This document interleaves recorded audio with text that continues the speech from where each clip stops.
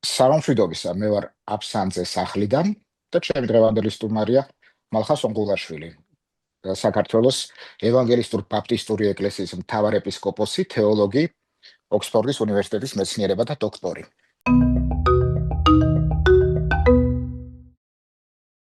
გამარჯობა ბატონო მალხას. სალამი გეთახო. მადლობა რომ დამთავრდით ინტერვიუზე. მადლობა, ყოველთვის გვიხარია თქვენი ნახვა. ილოცავთ დამდეგ უკვე დამდგარ ახალ წელს და შობას ძველი სტილით. ჩვენი ნაცნობობა ძალიან დიდი ხნისა არის. თუ გახსოვთ, პირველად ჩვენ შევხვდით კახეთში, თუ მეხსიერება არ მღალატობს, სოფელში, სადაც მუსლიმებს დევნიდნენ. რა ერქვა იმ სოფელს? დიახ. სამთაწყაროში, დიახ, ძალიან მძიმე ვითარება იყო ესა. ძალიან მძიმე ვითარება იყო მაშინ, როცა სახლში ფაქტობრივად თავს დაესხდნენ ადგილობრივ რელიგიურ მსახურს. კი ბატონო. და ალბათ გახსოვს, რომ ჩვენ რო შევედით, ერთად შევედით ამათ ეზოში, თუ არ მეშლება. კი, ნამდვილად ასე იყო. როცა დაგვინახეს შვილიშვილება, ამ სასულიერო პირის შვილიშვილებმა, რომ მოვედით მის ოჯახში, ერთმანეთს ორი მოვკარი რა, ერთი ეუბნებოდა მეორეს, რომ ესენი ალბათ ჩვენ საცემლად მოვიდნენ. წარმოგიდგენიათ? მე მახსოვს ისტორიად, რომ რაღაცა რბო მიუვარდა ოჯახს და მე პოლიცია რომ მოვიდა, ამ პოლიციისაც ეშინოდათ ბავშვებს უკვე. კი, ყველას ეშინოდათ. იმიტომ ნახეს სულიკო ერქვა, ლოგინად იყო ფაქტობრივად შავარდნილი. დიახ. ხოზრევანიძე, კი ბატონო. ჩვენ შეთანხმებული ვართ, რომ ბატონობით ვლაპარაკოთ, რა იმას ხო არ ვარღვევთ რელიგიურ ეტიკეტს. არანაირ ეტიკეტს არ ვარღვევთ. თქვენს აკადემიურ ხარისხს ოქსფორდში Doctor of Philosophy ქვია, მგონი, ხო? დიახ. ეს არის Doctor of Philosophy, მაგრამ ფილოსოფია ფართევცნება არის, მასში ფილოსოფიის თეოლოგია მოიაზრება როგორც ფილოსოფიის ერთი ნაწილი. და ჩემი ძირითადი კვლევის საგანი იყო თეოლოგია, ოქსფორდის მისიოლოგიური კვლევის ფარგლებში და ოქსფორდის Regent's Park College-ის ფარგლებში. ეს ორი ინსტიტუცია იყო, ვისთანაც მე მქონდა თანამშრომლობა ამ პროექტზე მუშაობის დროს. ბრიტანეთში გადასვლამდე თქვენ აკადემიურ საქმიანობას თბილისის სახელმწიფო უნივერსიტეტში ეწეოდით. წინა ინტერვიუებში ნახსენები გაქვთ, რომ მან მრწამსის გამო პრობლემები შეგექმნათ, სირთულეები შეგექმნათ. ამ სირთულეებს გაეკეცით ნისლიან ალბიონზე? მე არ ვიტყოდი, რომ ეს გაქცევა იყო. უბრალოდ დრო ვიხელთე და წავედი იმისათვის, რომ ის საქმე გამეკეთებინა, რის კეთებაც მინდოდა. თუმცა რა თქმა უნდა, ნაწყენი ვიყავი მის გამო, როგორც მომექცნენ უნივერსიტეტში. ერთი საინტერესო დეტალი ის იყო ამ ისტორიიდან, რომ ვასწავლიდი ძველებრაულ ენას, ბიბლიის ენას სტუდენტებს, რომლებიც ამ დროს სწავლობდნენ თეოლოგიას სწავლობდნენ და ებრაულ საღვთო-წერილს სწავლობდნენ და ჩავთვალე, რომ ერთი ნაწილი ჩვენი მუშაობისა უნდა დაგვეთვალო ებრაულისათვის, ებრაულის შესასწავლად, რაც მარჯვე არის ტექსტების გასაცნობად. და ეს იყო ძალიან უცნაური და შეიძლება ჩავთვალოთ, რომ შუა საუკუნეებრივი გამოვლინება, როცა თქვეს, რომ არ შეიძლება, რომ მართლმადიდებლურ უნივერსიტეტში ჯერ რატო არის რა ქვია ჯავახიშვილი მართლმადიდებლური და რელიგიური ზოგადად, არ შეიძლება, რომ სხვა რელიგიის წარმომადგენელი ასწავლიდეს ებრაულს. რაც ტრაგიკომედია. ნონსენსია. კი, რა თქმა უნდა ნონსენსია. მაგრამ ჩვენი ცხოვრება ამ ბოლო 10 წელების განმავლობაში სავსე ასეთი ნონსენსებით. რამდენ ენას ფლობთ ისე? ჩემი სამუშაო პროფესიონალი ენა არის ბერძნული და ებრაული პირველ რიგში, რადგან საღვთო-წერილს ეს სჭირდება, მაგრამ მუშაობთ ასევე სირიულზე, არამეულზე, ევროპულ ენებზე, რომელიც საჭირო არის იმისათვის, რომ მოსახერხებელი იყოს მეცნიერებაში დაგროვილი ყველა ცოდნის გამოყენება ამ დარგში, რომელშიც მე მუშაობ. რამდენადაც თუ სწორად მახსოვს, მას შემდეგ რაც თქვენ ოქსფორდის უნივერსიტეტთან არც ისე აქტიურად თანამშრომლობთ, აი ამ რეგიონში საქმიანობს ძირითადად. რას აკეთებს შეგიძლიათ დაახლოებით მაინც მოგიყვოთ იქ? ჩემი ძირითადი სამიზნე არის ინტერრელიგიური დიალოგის ხელშეწყობა, შესწავლა ამ შესაძლებლობებისა, როგორც შეიძლება არსებობდეს ინტერკულტურულ და ინტერრელიგიურ სივრცეში, პერსონალური კონტაქტების დამყარება და სამეცნიერო კვლევებში მონაწილეობა მუსლიმ, ებრაელ, ასევე ეზიდ მეცნიერებთან და სასულიერო პირებთან. სხვათა შორის უნდა ვთქვა, რომ ყოველ ჯერზე, როცა თქვენს მშვიდობის კათედრალს სტუმრობ და ეს ძირითადად ხდება ან აღდგომას ან შობას, გულს მიჩუყებს ის ზუსტად ეს ინტერრელიგიურობა, რომ თქვენთან ერთად ღვთისმსახურებაში მონაწილეობენ მუსლიმი, იეზიდი, კათოლიკე, ღვთისმსახურები. რთული იყო მათი დათანხმება ამაზე. თქვენ რო ამისთვის ღია ხართ, ვიცი, მაგრამ ისინი როგორ წამოვიდნენ ამ თანამშრომლობაზე? მე მგონი დრო დაშირდა იმას, რომ ყოფილიყო ნდობა, რომ ეს გახსნილობა ჩვენგან არ ემსახურებოდა არანაირ ფარულ გეგმებს, რომელიც შეიძლება ჩვენ გქონოდა მათ მიმართ. ასე რომ დღეს მშვიდობის კათედრალში კომფორტულად ესწრებიან წირვებს, მონაწილეობენ მასში, განსაკუთრებით როდესაც ამას აქვს ინტერრელიგიური ხასიათი, ებრაელები, მუსლიმები, შიიტები, სუნიტები, ასევე ქრისტიანული აღსარებლობის წარმომადგენლები. რადგან ეკლესიამ გამონახლა თავის თავში ძალა ინკლუზიურობისა, ყოველგვარი ბნელი ზრახვებისა და ინტერესების გარეშე. ასე რომ ეს ამან ხელი დრო დასჭირდა ამას თავისთავად ერთბაშად არ მოსულა, ამას დასჭირდა ათწლეულები, რომ აშენებულიყო ნდობა, რომელზეც დაშენდებოდა ეს ინტერრელიგიური და ინტერკულტურული თანამშრომლობა. დღეს 7 იანვარია, წეღან ერთმანეთს შობა მიულ, სხვათა შორის მეორედ ერთმანეთს ოდახუჩეთ მიულოთ ეთხოვ. ახლა მიმდინარეობს დისკუსია თარიღებზე. მოგეხსენებათ, მართლმადიდებლური ეკლესიების უმრავლესობა უკვე 25 დეკემბერს აღნიშნავს შობას. აქაც არის ამ თემაზე დისკუსია. როგორ ფიქრობთ, ეს თარიღებზე დისკუსია შეიძლება ცივილიზაციურ არჩევანზე დისკუსიადაც ჩავთვალოთ?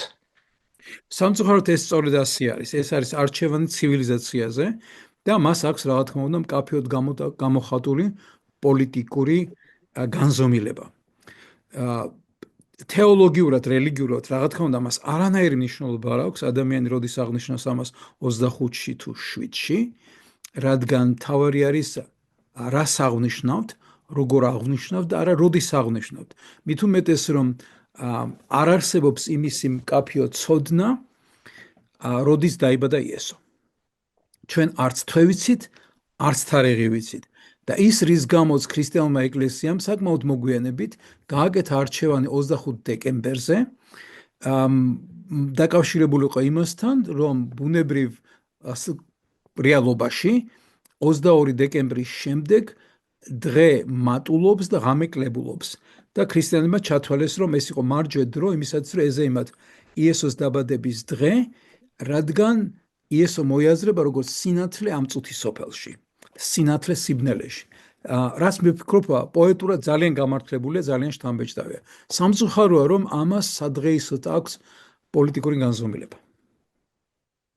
ბევრ ამას აქვს პოლიტიკური განზომილება დღეს შინათ და გარეთაც. 2013 წლის პოგრომის შემდეგ, რომელშიც მართლმადიდებელი მღვდლების ნაწილიც მონაწილეობდა თქვენ რადიო თავისუფლების თრიურებში, ღიად დაუჭირეთ მხარი ლგბტ თემს. ამას თქვენს ეკლესიაში განხეთქილება მოყვა, მთავარეპისკოპოსიდანაც კი გადადექით იმ სიღრმის. მაშინ ეს იყო თქვენი ცივილიზაციური არჩევანი? ამის ჩვენება გინდოდათ? ეს იყო ჩვენ არა მარტო ცივილიზაციური, არამედ თეოლოგიური არჩევანი. რადგან ქრისტიანობა პირველ რიგში გულისხმობს იმას, რომ იესოს მიმდევრები, ასაც ვისაც სურთ, რომ იესოს მიმდევრები იყვნენ, მათ უნდა შეძლონ საკუთარ თავში გამონახონ ძალა, გათავისუფლდნენ ექსკლუზივიზმისაგან, გათავისუფლდნენ ტომობრიობისაგან და შეძლონ გვერდში დაუდგნენ ყველას, ვინც დაჩაგრული და გარიყული არის. ეს არის მთავარი თეოლოგიური პრინციპი ქრისტიანობაში. და ამიტომ არჩევანი, რომელიც ჩვენ გავაკეთეთ, რა თქმა უნდა, მას აქვს ალუზია ცივილიზაციური გადაწყვეტილებისა, მაგრამ მარტო ეს არის. მას აქვს მკაფიოდ გამოხატული თეოლოგიური გადაწყვეტილების შინაარსი, რადგან ჩვენ არ შეგვეძლო, რომ თვალი დაგვეხუჭა უსამართლობაზე, რომელიც ჩადენილი იყო LGBT თემის წარმომადგენლების წინააღმდეგ, ისევე როგორც მუსლიმური თემის წარმომადგენლების წინააღმდეგ. ეს ორი რამ გახდა მიზეზი, რის გამოც იმის გამო რომ არ იყო საკმარისი მხარდაჭერა სინოდისაგან, მე უღარი ვთქვი მთავარეპისკოპოსობაზე და დავრჩი თბილისის მიტროპოლიტად, რადგან ეს ორი პასუხისგებლობა მასშივე უკვე მქონდა. ვიყავი მთავარეპისკოპოსი საქართველოსი და მიტროპოლიტი თბილისისა. ამჯერად მე ვარ მიტროპოლიტი თბილისისა და ასევე ვარ ნაწილი ეპისკოპოსების საბჭოსი, რომელიც ამჟამად მართავს საქართველოს ევანგელურ ბაპტისტურ ეკლესიას. მთავარეპისკოპოსი ვინ არის? მთავარეპისკოპოსი არ აყვავს. სამი ეპისკოპოსი მართავს ამ ეკლესიას და სამივეს აქვს გადანაწილებული ფუნქციები. თქვენ კიდევ ერთხელ გაქვთ იგივე ნაბიჯი გადადგმული, გადადგომას გულისხმობ, მაგრამ ამაზე ცოტა მოგვიანებით. ცოტა ისტორიას გადავხედოთ ჯერ. 80-იანებში თქვენი ეკლესია მართლმადიდებლთან შეთანხმებით სიონის საკათედრო ტაძარში ლიტურგიას ატარებდა სამშაბათობით. სულ რაღაც 2 წლის შემდეგ კი ასეთი ვითარება თქვენსავე ციტატას მოვიყვან. ერთი ძველი ინტერვიუდან. ყველაზე რთული იყო 2000-იანი წლების დასაწყისი, როცა დევნა უფრო ინტენსიური იყო, მაგალითად შემიძლია გითხრათ, რომ თავს დაესხნენ საწყობს, სადაც ჩვენი ეკლესიის კუთვნილი საღვთო წერილი ინახებოდა სხვადასხვა ენაზე, ქართულად, სომხურად, არაბულად. 16,000-მდე ბიბლია დაწვეს კოცონზე, მამაო ჩვენოს გალობის ფონზე. ეს იყო ყველაზე გროტესკული აქტი, რასაც ჩვენ მოვესწარით. როგორ ხდება ეს? ადამიანები, ინსტიტუტები ასე სწრაფად როგორ იცვლებიან? ეს რა თქმა უნდა ძალიან ღრმა კითხვა არის და რეალურად მოიცავს ქართული რელიგიური რეალობის ისტორიას ბოლო 30 წლის განმავლობაში. მაგრამ მოკლედაც შეიძლება ითქვას, რომ 80-იანი წლების დასაწყისში საქართველოში მართლაც იყო უპრეცედენტო უნიკალური რელიგიური რეალობა. როდესაც მიმდინარეობდა დიალოგი მართლმადიდებლებსა და ბაპტისტებს შორის, ამ დიალოგს ჰქონდა როგორც თეოლოგიური, ასევე პრაგმატული განზომილება. შეიქმნა თეოლოგიური დოკუმენტი იმის შესახებ, თუ როგორ იქნებოდა შესაძლებელი, რომ ბაპტისტებსა და მართლმადიდებლებს ერთად გადაეხადათ ერთობლივი წირვა. თბილისში და უნდა დაწყებულიყო თბილისში, ერთი ტაძარი უნდა გამოყოფილიყო ამისათვის, სადაც მართლმადიდებლები და ბაპტისტები ერთად წირავდნენ. მეორე ის, რაც ძალიან უფრო პრაგმატული იყო, ეს იყო, რომ ეკლესიის წინამძღოლი, ჩვენი ეკლესიის წინამძღოლი, გიორგი ბოლღაშვილი, ამ 80-იანი წლების დასაწყისში სამშაბათობით ესწრებოდა ლოცვას, საღამოს ლოცვას და ამ ლოცვის წიაღში ის ქადაგებდა. ყოველ სამშაბათს ის ქადაგებდა სიონის საკათედრო ტაძარში, რა თქმა უნდა, კათოლიკოს პატრიარქ ილია მეორის თხოვნითა და მხარდაჭერით. ეს იყო რეალობა, რომლის გავსიც არც მანამდე და არც მას შემდეგ ქრისტიანულ სამყაროს არ უნახავს. რეალურად ეს ასეთი ეკუმენური ურთიერთობა დაანგრია 90-იანი წლების დასაწყისში რელიგიური ნაციონალიზმის აზვირთება. თავიდან ეს ურთიერთობები გაგრილდა და მერე საბოლოოდ დამთავრდა მას შემდეგ, რომ საქართველოს მართლმადიდებელი ეკლესია ოფიციალურად გამოვიდა ეკლესიათა მსოფლიო საბჭოდან და ასევე ევროპის ეკლესიათა კონფერენციიდან, სადაც ევანგელური ბაპტისტური ეკლესია და მართლმადიდებელი ეკლესია იყვნენ თანასწორი წევრები ამ ორგანიზაციისა. რეალურად მას შემდეგ, ეს არის 1997 წელი, საქართველოს მართლმადიდებელი ეკლესია გამიჯნული არის ეკუმენურ მოძრაობას. მაშინ, როდესაც ჩვენი ეკლესია დღემდე რჩება ეკუმენური მოძრაობის აქტიურ წევრად, როგორც ევროპაში, ასევე მსოფლიოში. რაზეც ახლა ვლაპარაკობდით, აი ეს ასე რომ დავარქვათ, დათბობა 80-იანი წლების. ამაში რა წილი არის ის, რომ მაშინ საბჭოთა კავშირი დაიშალა და საქართველოს მართლმადიდებელი ეკლესია ჩაეხსნა რუსულ ეკლესიას. ხო არ არის ამაში რაღაცა წილი იმისა, რომ ზეგავლენა მაშინ არ ეცალა რუსეთს აქაურობისთვის და ჩვენებურად განვითარების შანსი გქონდა. ლაპარაკი არის 80-იან წლებზე? დიახ, აი როცა 80-იან წლებში, რა თქმა უნდა,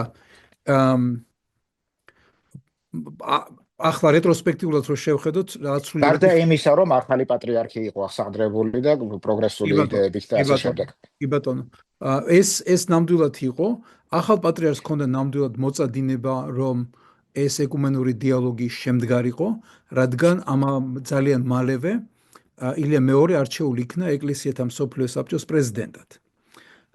რაც მას გარკვეულ პასუხისგებლობებს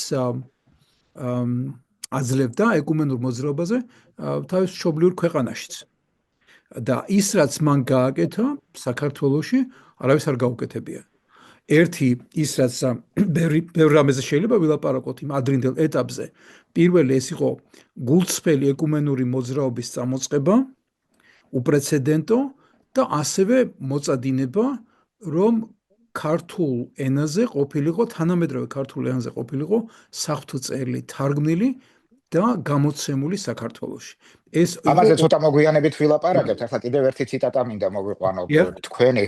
ყველა რელიგიას აქვს ერთი მიზანი, რომ ადამიანს დაეხმაროს ეგზოცენტრიზმისგან გათავისუფლდეს და უფრო ამაღლებულ ესთეტიურ სულიერ კატეგორიებზე იმსჯელოს. აი იმ დრომ 90-იანებმა, 2000-იანებმა ეს მიზანი გააქრო, გადღაბნა? ეს მიზნები დაასუსტა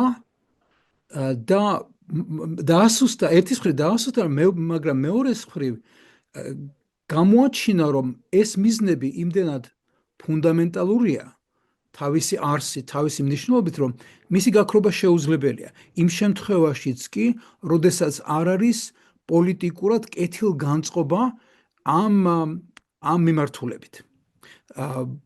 მე მგონი ეს იყო რეალობა, რომელშიც ჩვენ გვიწევდა ცხოვრება და საქმიანობა. ჩვენი წინა ინტერვიუ სამთაწყაროში გავიცანით ერთმანეთი, მაგრამ შემდეგ შევხვდით ერთმანეთს საზოგადოებრივი მაუწყებლის სტუდიაში, პირდაპირ ეთერში, მაშინ დამდეს პატივი და ჩემი სტუმარი იყავით. ეს 2018 წლის 19 იანვარს მოხდა ნათლისღება დღეს, სხვათა შორის ამ დღეს ორივე ეკლესია თქვენიც და მართლმადიდებლებიც ერთად აღნიშნავთ. და ახლა რასაც ვიტყვი ამ თემაზე ლაპარაკს თავს ვარიდებდი, უბრალოდ არ ვლაპარაკობდი, იმიტომ რომ არ მინდოდა შემდაუნებურად ზიანი მიმეყენებინა იმისთვის, რასაც ძალიან დიდ პატივს სცემს თქვენს ინსტიტუციაზე, თქვენს ეკლესიაზე ვლაპარაკობ. მაგრამ ფაქტია, ასე მოხდა, რომ ამ ინტერვიუს შემდეგ თქვენ მეორედ მოგიხდათ გადადგომა, სინოდი ისევ გაიხლიჩა და ხელახლა მოგიხდათ ფორმირება როგორღაც. თუ თქვენს პრობლემაა, შეგვიძლია ეს შეკითხვა გამოვტოვოთ და გადავიდეთ შემდეგზე. არა, რა თქმა უნდა, ნებისმიერ კითხვა ვალიდურია. თუ კითხვა არსებობს, საჭირო პასუხი. მაშინ იქნებ მოგვიყვეთ რა მოხდა მაშინ, იმიტომ რომ მე როგორც ვხედავ, იმის შემდეგ ეკლესია გაძლიერდა, არ დასუსტებულა. კი ბატონო, ის რაც არ კლავს გაძლიერებს როგორც ჩანს, ჩვენთვისაც ეს ნამდვილად ასე იყო. განხეთქილება იყო ძალიან მტკივნეული. განხეთქილების მიზანი იყო ორი, გარდა სხვა პოლიტიკური განზომილებებისა, რომელიც მასთან იყო დაკავშირებული. ერთი იყო დამოკიდებულება LGBT თემის მიმართ და მეორე იყო დამოკიდებულება განსხვავებული რელიგიების ადამიანების მიმართ. მაყურებელს ვაჩვენებთ ის მონაკვეთი, რამაც ეს განხეთქილება გამოიწვია და მერე გავაგრძელოთ. კი ბატონო, კი ბატონო. მთავარ ეპისკოპოსის პოსტი კორექტულია, ასე თქვა? თქვენინებით დატოვეთ 2013 წელს 17 მაისის ცნობილი მოვლენების შემდეგ, როცა LGBT აქტივისტების წინააღმდეგ მრევლის გარკვეული ნაწილი მრევლის გარკვეულმა ნაწილმა გაილაშქრა. მაშინ თქვენ 19 მაისს რადიო თავისუფლების მიერ გამოქვეყნებულ თქვენს დღიურებში ამბობდით ესეთ რამეს: მანამდე არასდროს მენახა ასეთი გაშმაგებული ჩვენი ხალხი. 2008 წლის ომის დროს არ იყო ჩვენი ხალხი ასე გაშმაგებული. თბილისისკენ ტანკებს რომ უაგროხუნებდნენ ჩვენი ერთმორწმუნე რუსები. მაშინ ხალხს რესტორნებიდან ვერ გამოიყვანდი, ისე ეკიდათ ცალფეხზე ყველაფერი. ეს თქვენი ციტატაა მაშინდელი. მაგრამ ეს სხვა რამე მინდა გკითხოთ. ჩვენ ვისაუბრეთ ტექსტზე, ბიბლიის ტექსტზე, წმინდა წერილზე. მე არ ვარ ამ საკითხის პროფესიონალი, მით უმეტეს გამიჭირდება თქვენთან დისკუსიაში, თქვენთან პიროვნულად თქვენთან ამ საკითხზე დისკუსიაში შემოსვლა, მაგრამ რამდენადაც შემთხვევის ინტერპრეტაციები ცნობილია, ეს წმინდა წერილი არ აღიარებს ერთნაირ სქესიანთა სიყვარულს, მით უმეტეს არ აღიარებს მათ დაოჯახების უფლებას. თქვენ ხوار გადაამლაშეთ ამ შემთხვევაში, როცა ზედმეტად კვეთრი პოზიცია დაიჭირეთ თქვენი ეკლესიის მრევლთან მიმართებაშიც კი და ერთგვარად დასაჯეთ ისინი და გადადექით პოსტიდან. რას თხოვდით მათ უფრო კონკრეტულად? აი რა გინდოდათ მიგეღწიათ? რისთვის გინდოდათ მიგეღწიათ? ეკლესია ხომ აი ტრადიციული ღირებულებების ინსტიტუტია. Well, პირველ რიგში მე წინამდე კი არა ვარ თქვენ დისკუსია გამართო ჩემთან. მე არ ვარ ამისთვის მზად უბრალოდ. მე ნებისმიერ შემთხვევაში ხუთები მითხარით და დავიჯერებ რომ ასე. ყველაფერი არის ინტერპრეტაციის საკითხი. საღვთო წერილი, რომელსაც მე მეტნაკლებად ვიცნობ, არ იცნობს ისეთ ფენომენს, რასაც ქვია ჰომოსექსუალური ორიენტაცია. ის, რასაც საღვთო წერილი გმობს, არის სექსუალური აღვირახსნილობა, იქნება ის ჰეტეროსექსუალური თუ ჰომოსექსუალური. რამოდენიმე თვის წინ ვიმეგზავრე შეერთებულ შტატებში და ძალიან ვნანობ, რომ ცხოვრებაში პირველად ვიძუნწე და არ ვიყიდე წიგნი, რომელიც ხო სქელტანიანი ლამაზი წიგნი, $35 ღირდა, ზედ ეწერა What does Jesus say about homosexuality? რას ამბობს იესო ჰომოსექსუალობაზე? სქელი წიგნი არის, გადავშალე და ამ წიგნში არაფერი არ წერია. საერთოდ არაფერი არ წერია. კარგად მოქცეულ ხართ $35 რო არ გადაგიხდი. მაგრამ სიმბოლური მნიშვნელობა ისა იესო ამის შესახებ არაფერს არ ამბობს. არაფერს არ ამბობს. და იქ სადაც დუმილი არის, არ შეიძლება რომ ჩვენ იესოს მივაწეროთ რამ. ერთი რამ რაც ის რის გამოც მე გადავდექი და მე ვფიქრობ რომ არ ვიცი, შეიძლება თქვა რომ ეს იყო ჩემი მხრიდან და შეიძლება ეგეც იყო. მე არ მიფიქრე დღეს პირველად დავფიქრდი რომ ეს თუ იყო ჩემი მხრიდან ჩემი ხალხის დასჯა. შეიძლება იყო. შეიძლება მართლაც იყო. მაგრამ ჩემთვის ძალიან ძნელი იყო გამეგრძელებინა ეკლესიის წინამძღოლობა, მაშინ როდესაც მე თავს გრძნობდი უაღრესად ხელმოწარულად.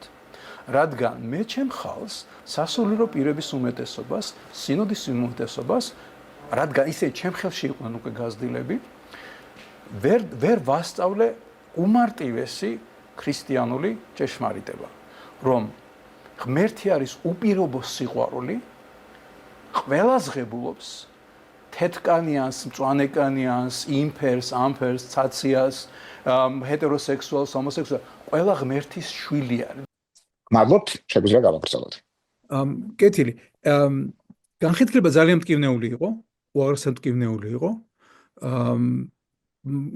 ამას აძლიერებდა ის, რომ განხეთქილების სული შთამდგმელები და განმახორციელებლები იყვნენ ადამიანები, რომლებიც მე გავზარდე როგორც საკუთარი მოწაფეები. თეოლოგია ვასწავლე, ლიტურგია ვასწავლე, ჩემი საუკეთესო ენერგია, სიყვარული დრო მოვახმარე ამ ადამიანებს და შესაბამისად ეს განხეთქილება იყო პერსონალურად ძალიან მტკივნეული. მაგრამ მიუხედავად ამისა, ამ განხეთქილებამ გვაჩვენა, რომ არსებობს ღირებულება, რომელიც გაცილებით მეტია, ვიდრე ჩვენი დენომინაციური ან და ეკლესიოლოგიური პასუხისგებლობები ან და ერთგულებანი.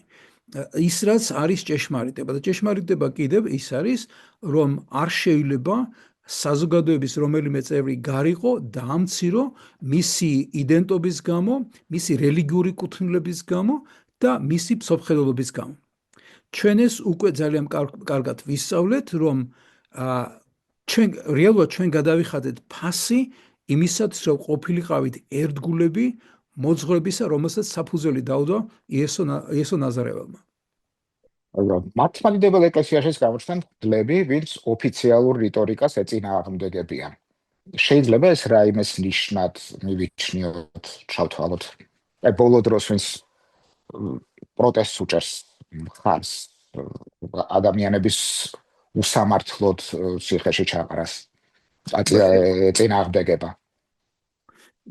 მე ვერ გეტყვით ეს რას ნიშნავს, მაგრამ ის რომ ადამიანი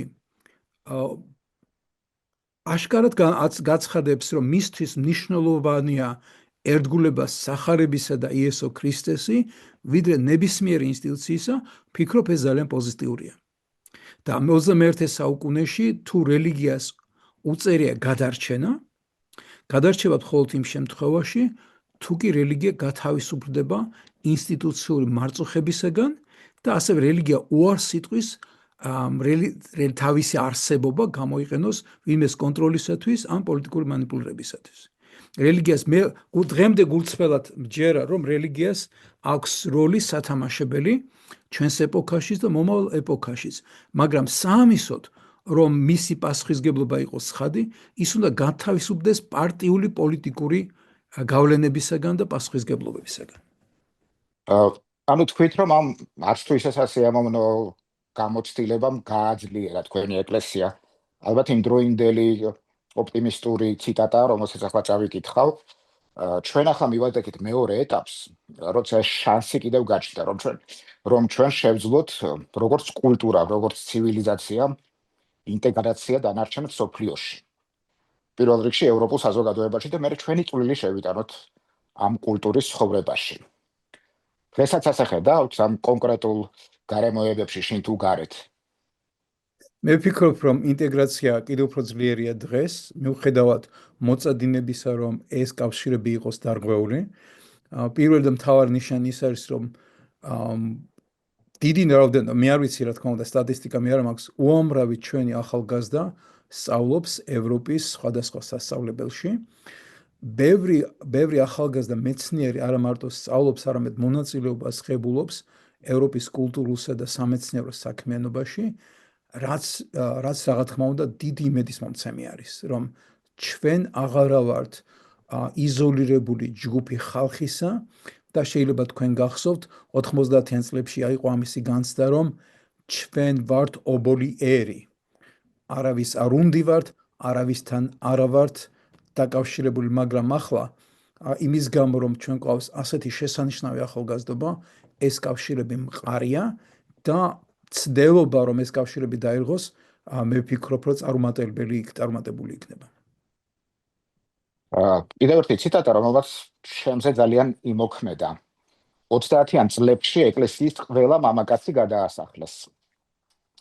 როგორც სასულიერო, ისე საერო პირები. რა თქმა უნდა, საბჭოთა ხელისუფლების ვარაუდი იყო, რომ თუ კი წინამძღოლები არ იქნებოდნენ ეკლესიაში, ის დაიშლებოდა, მაგრამ ამ ეკლესიას ადაპტაციის უნარი აღმოაჩნდა. ეს სწრაფად მოხდა, ეკლესიის წინამძღოლობა ქალებმა ჩაიბარეს და მათ გადაარჩინეს ის. საფრთხო წერილი არ ჰქონდათ, ჰქონდათ ერთი დიდი ბიბლია, რომელიც დაკვეთეს და ნაწილ-ნაწილ კითხულობდნენ. მერე სასულიერო პირების ერთმა ნაწილმა გადაწყვიტა ხელით გადაეწერათ წიგნები, ვინაიდან რელიგიური ლიტერატურის ბეჭდა არ შეიძლებოდა. მოგვიანებით ყველა სასულიერო პირი თავს ვალდებულად თვლიდა თავისი მოწაფეებისთვის გადაეწერა საფრთხო წერილი და გადაებარებინა მათთვის. ეს ციტატაც, როგორც ბევრი რაც აქამდე წავიკითხე, თქვენ უთხარით ნედგაზეთს ინტერვიუში. იმ ნედგაზეთს, რომლის დამფუძნებელი ქალი, ევროპარლამენტის უმაღლესი ჯილდოს სახაროვის პრემიის ლაურეატი, ახლა ციხეში ზის უსამართლოდ და ბრმავდება. თქვენ რომ ბიბლია უკვე მე რამდენჯერ თარგმნეთ, ამ ტრადიციის გაგრძელებაა, ხელით გადაწერის. შეიძლება არის, რა თქმა უნდა, იმიტომ რომ მე გავიზარდე იმ ოჯახში, სადაც ბიბლია ძალიან მნიშვნელოვანი იყო. ბიბლიის გავრცელება და ბიბლიის გაზიარება ითვლებოდა ერთ-ერთ უმნიშვნელოვან სათნოებად და ალბათ სწორედ აქედან მოდის ჩემი მოწიწებული დამოკიდებულება ბიბლიის მიმართ და მოხდა ისე რომ გამოდის მთელი ცხოვრება ბიბლიის თარგმანში ვარ პირველ რიგში დავიწყე თარგმნა საქართველოს საპატრიარქოსათვის რომელიც გამოქვეყნდა 99 წელს შემდეგ პატრიარქის ლოცვა-კურთხევით გავაგრძელებთ მუშაობა სტოკჰოლმის ბიბლიის თარგმნის ინსტიტუტთან რომელიც ასევე მუშაობდა ამავე ფილოსოფიის მქონე თარგმანზე ეს არის ლიტერატურული თარგმანის ფილოსოფია ხოლო მოგვიანებით უკვე დაახლოებით ბოლო 10 წლის განმავლობაში ჩვენ დავიწყეთ უკვე მუშაობა აზრობრივ თარგმანზე რომელიც განსხვავებული ფილოსოფიისა არის ლიტერატურული თარგმანისგან განსხვავებული ამ თეორიის დიდი მადლობა ამ საჩუქრისთვის საშობო მესედან წამოვიღე კი ბატონო მაჩუქეს კი ბატონო ფილოსოფია არის ასეთი რომ მკითხველისათვის რაც შეიძლება მაქსიმალურად გასაგები იყოს ტექსტი და მკითხველს არ შეუქმნა დამატებითი დაბრკოლებები ტექსტის გასაგებად. რა თქმა უნდა, ეს ძალიან რთული საქმე არის, რომ ერთის მხრივ ერთგული იყო ორიგინალური ტექსტისა და მეორეს მხრივ ამ თარგმანის ენაზე რაც შეიძლება გასაგებად და რაც შეიძლება იმ ენის ბუნებისათვის დამახასიათებელ ქსოვილში გამოხვიო ახალი თარგმანი. ეს არის პრეტენზია, ეს არის ცდელობა, რამდენად გამოგვივიდა ეს თქვენი განსაზღვრელი იქნება.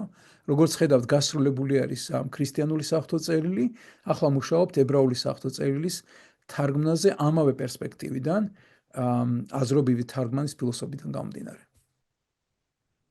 შეიძლება ბევრისთვის დამაბნეველი იყოს სათაური, აი ამბები. მაგრამ ამბავი ბოდიში. სინამდვილეში ხომ ევანგელიონ აი ამბავი ბერძნულად ეს არის სუსტად როგორც თარგმნეთ აზრობრივად ხომ წინათქმაში ასეთ რამეს წერს თარგმანი ეძღვნება თავისუფლების მოყვარე ახალ თაობას რომლის მსგავსი არასდროს ყოლია აქამდე მე მჯერა და ეს არ არის ყასიდის სიტყვა მე მართლა მჯერა რომ რაც ჰომო საპიენსი არსებობს საქართველოს ასეთი შესანაშნავი ახალგაზრდობა არასდროს არ ყოლია და სწორედ მათ ეძღვნებათ ეს კონკრეტული გამოცემა. ისევ ცოტა ხნით დავუბრუნდეთ ისევ მართლმადიდებლურ ეკლესიასთან ურთიერთობას და კათოლიკოს პატრიარქს. აი ეს პირველი დიდი თარგმანი, რომელიც ყველა ოჯახში ინახება, ეს არის ის, რომელიც თქვენ ზურაბ კიკნაძესთან და ჯემალ აჯიაშვილთან თანამშრომლობით გააკეთეთ, ხო? კი. ზურაბ კიკნაძე, ჯემალ აჯიაშვილი, ბაჩანა ბრეგვაძე ეს იყო ძალიან ისეთი გუნდი შთამბეჭ და ნისან ბაბალიკაშვილი ჩემი მასწავლებელი ეს იყო ძალიან შთამბეჭდავი გუნდი მეცნიერებისა და დღესაც მიგვირს რომ აი ასეთი გამოცდილი მთარგმნელები არიან ჯემალი ბაჩანა ზურაბი და ასე შემდეგ დამიძახეს 23 წლის ბიჭს რომ მონაწილე ყოფილიყავი ამ საქმეში ეს რა თქმა უნდა დიდი პატივი იყო ჩემთვის და შეიძლება ჩავთვალოთ რომ ჩემს ცხოვრებაში ერთ-ერთი უმნიშვნელოვანესი გამოცდილება იყო ამ ხალხთან მუშაობა, ამ ტექსტზე მუშაობა, იმ დროს, როდესაც ეს ტექსტი ათვალწუნებული იყო და მისი გამოცემის საკითხიც კი ყოველთვის მკაფიოდ გადაწყვეტილი არ იყო. თარგმანზე კი მუშაობდით, მაგრამ გამოიცემოდა თუ არა ეს ნელი სათქმელი იყო, მაგრამ მოხდა ეს არის ეპოქა, როდესაც საბჭოთა კავშირი ნგრევას განიცდის, რღვევას განიცდის უпроსტად, ჯერ დანგრეული არ არის და მაშინ ეს ჭახრაკებიც, რომელიც სახელმწიფოს მქონდა მოჭერილი რელიგიისათვის, ოდნავ დამსუბუქებულია და სწორედ ამ დროს გამოიცა 99 წლის თარგმანი, რომელიც კულტურული თვალსაზრისით, არ მარტო რელიგიურ, არამედ კულტურული თვალსაზრისით ძალიან დიდი მონოპოლარი იყო.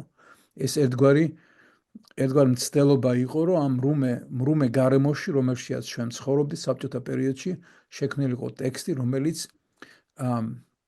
იდეოლოგიურად ეწინააღმდეგებოდა საბჭოურ იდეოლოგიას და საბჭოურ ფილოსოფიას.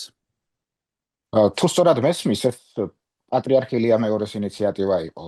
თარგმანიც და ჯგუფიც, რომელიც შეიკრიბა, მათ შორის არამართლმადიდებლები. აბსოლუტურად. ეს იყო პატრიარქ ილია მეორის გადაწყვეტილება. მანამდე არც ერთ პატრიარქს არ ქონია ასეთი სურვილი, რომ ბიბლია ყოფილიყო ახალ ქართულ ენაზე. ჯერ კიდე 60-იან წლებში სთხოვეს ეფრემ მეორეს, შემდეგ დავით მეხუთეს თანამშრომლობა ახალი თარგმანის გასაკეთებლად, მაგრამ ინტერესი არ იყო ამ ახალი თარგმანის შესასრულებლად. ილია მეორემ ეს მოიწადა, შეიძლება ჩავთვალოთ, რომ მისი მოღვაწეობის პირველი ეტაპის ყველაზე შთამბეჭდავი გადაწყვეტილება, რომელიც გაბედულებასაც მოითხოვდა იმ დროს, იყო ბიბლიის თარგმნა ახალ ქართულ ენაზე. ამ ჯგუფთან ერთად. ამ ჯგუფთან, ხო, ესეც ძალიან მნიშვნელოვანი რა. ამ ჯგუფთან ერთად, ამ ჯგუფში ვიყავით ბაჩანა ბრეგვაძე და ზურაბ კიკნაძე მართლმადიდებელი ეკლესიიდან, ჯემალ აჯიაშვილი და ნისან ბაბილიკაშვილი ებრაული თემიდან და მე ევანგელური ბაპტისტური თემიდან. ეს ძალიან ცივი კომპოზიტი იყო, შთამბეჭდავი, რაც მაშინ არანაირ სირთულეს არ წარმოადგენდა. არავისთვის.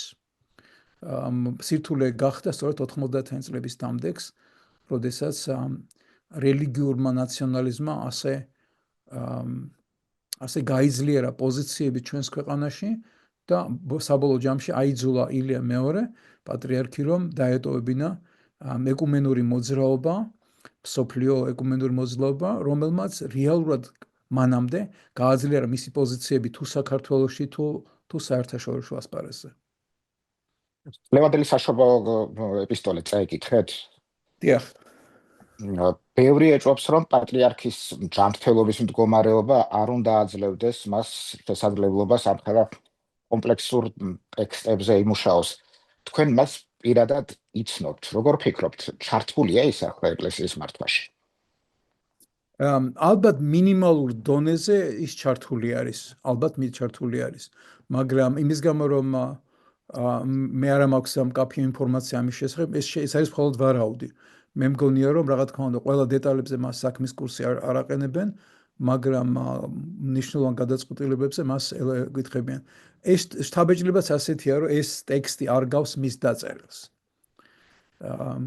არა მარტო იმიტომ, რომ მხცოვანია ახლა და ძნელია იფიქრო, რომ მისი ხელიდან არის ეს გამოსავალ, იმიტომ რომ ეს მის სტილს არ აგავს. იმას არ გავს, რასაც თქვენ იცნობდით. დიახ. თქვენ ამბობთ, რომ ყველა ინტერვიუში ამბობთ, რომ ბაპტისტების მონათლა არჩევანია, თავიდანვე არ ინათლებიან, თქვენს მოწიფულ ასაკში მოინათლებს 17 წლის თუ არ ვცდები, ხო, რომ თქვა გადავწყვიტეო და მე მივედი მამაშენთან უთხარი მზადვარო. კი ბატონო. არჩევანიაო ამბობთ, მაგრამ თქვენი ოჯახის ანათესაო ამ ეკლესიის ყოველსახური ან მრევლი იყო. უფრო ოჯახურ ტრადიციას არ გავს ვიდრე არჩევანს, ნამდვილად არჩევანი იყო? რა თქმა უნდა, ოჯახის წევრების დიდი ნაწილი ამ ეკლესიలో, მაგრამ უკლებლივ არა.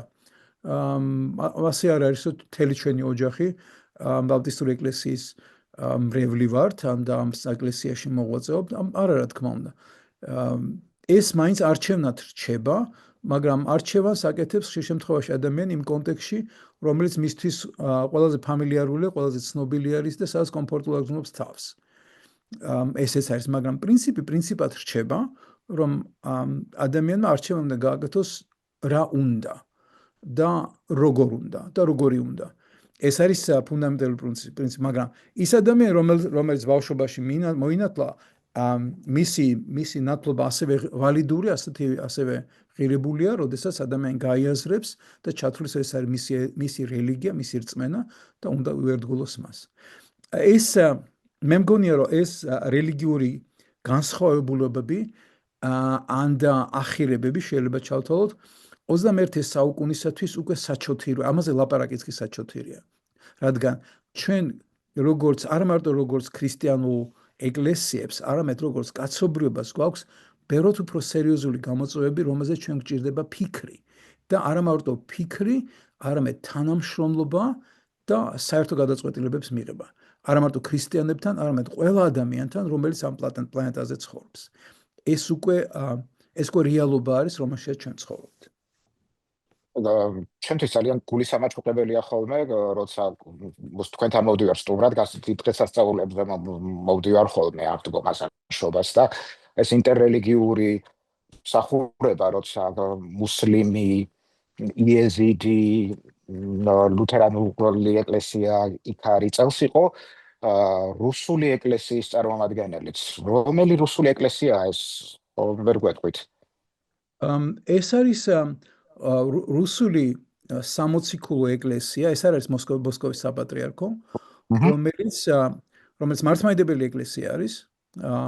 მას თავისი მრევლი ყავს ყოფილი საბჭოთა კავშირის თითქმის ყველა ქვეყანაში, განსაკუთრებით იქ, სადაც რუსეთიდან დევნილი ან რუსეთიდან გარიდებული მორწმუნეები აღმოჩნდნენ, რომლებიც არ არიან ნაწილი მოსკოვის საპატრიარქოსი. ოკეი, ეს ის ეკლესია ხო არ არის ნავალნის ვინცაუგო წესი? ალბათ ეგ არის. დარწმუნებული არა ვარ, მაგრამ თუ ეს არის სამოციქულო მე მგონი ეს არის კი. ალბათ ეგ არის. დიახ, მე ვერ გასწრაფ ვერ გეტყვით. ეს დღეები ხშირად მეფიქრება ალეკო ელისაშვილზე. ჩვენ არ ვართ მეგობრები, არც მისი პოლიტიკური საქმიანობის მიმართ გამაჩნია რაიმე განსაკუთრებული სიმპათია, მაგრამ როცა მის სასოწარკვეთილ ქმედებაზე ვფიქრობ, მგონია რომ ძალიან გულწრფელი იყო იმ მომენტში. შეიძლება ზოგადად პროცესიც კი დააზიანა ამ თავისი სასოწარკვეთის აქციელით, მაგრამ საკუთარი თავი ყველაზე მეტად დაიზიანა, ესეც ხომ ჩანს. ახლა ეს ციხეშია, თანაბრად ყველაზე მკაცრი რეჟიმის ციხეში. მასზე გარეთაც თითქმის არავინ ლაპარაკობს, ჩვენ ლაპარაკობთ სხვა პატიმრებზე, მაგრამ ალეკოს ხსენება ძალიან იშვიათია საჯარო სივრცეში. აქ არსებობს ასეთი პრაქტიკა, როცა პატიმრების მონახულება ეკლესიის მსახურებს შეუძლიათ. რატო ეკლესიის იქ მუსლიმებიც არიან, იეზიდებიც, ანუ როგორ თქვა, რელიგიის მსახურებს შეუძლიათ შევიდნენ ეკლესიაში და გაამხნევონ ადამიანები, ვისაც ეს ყველაზე მეტად ჭირდება. თეორიულად ეს შესაძლებელია. რა თქმა უნდა, ეს ძალიან იოლი არის მართლმადიდებელი ეკლესიის წარმომადგენლებისათვის, სხვა ეკლესიის წარმომადგენლებს, სხვა რელიგიის წარმომადგენლებს ჭირდებათ საგანგებო ბიუროკრატიული ფორმალობების შევსება, შესრულება, ამ პროცესის გავლა, იმისათვის რომ მიიღონ ნებართვა ამა თუ იმ ადამიანის მოსანახულებლად, თუ კი ის ადამიანი თანახმარის მონახულებაზე. დიდი მადლობა დღევანდელი ინტერვიუსთვის.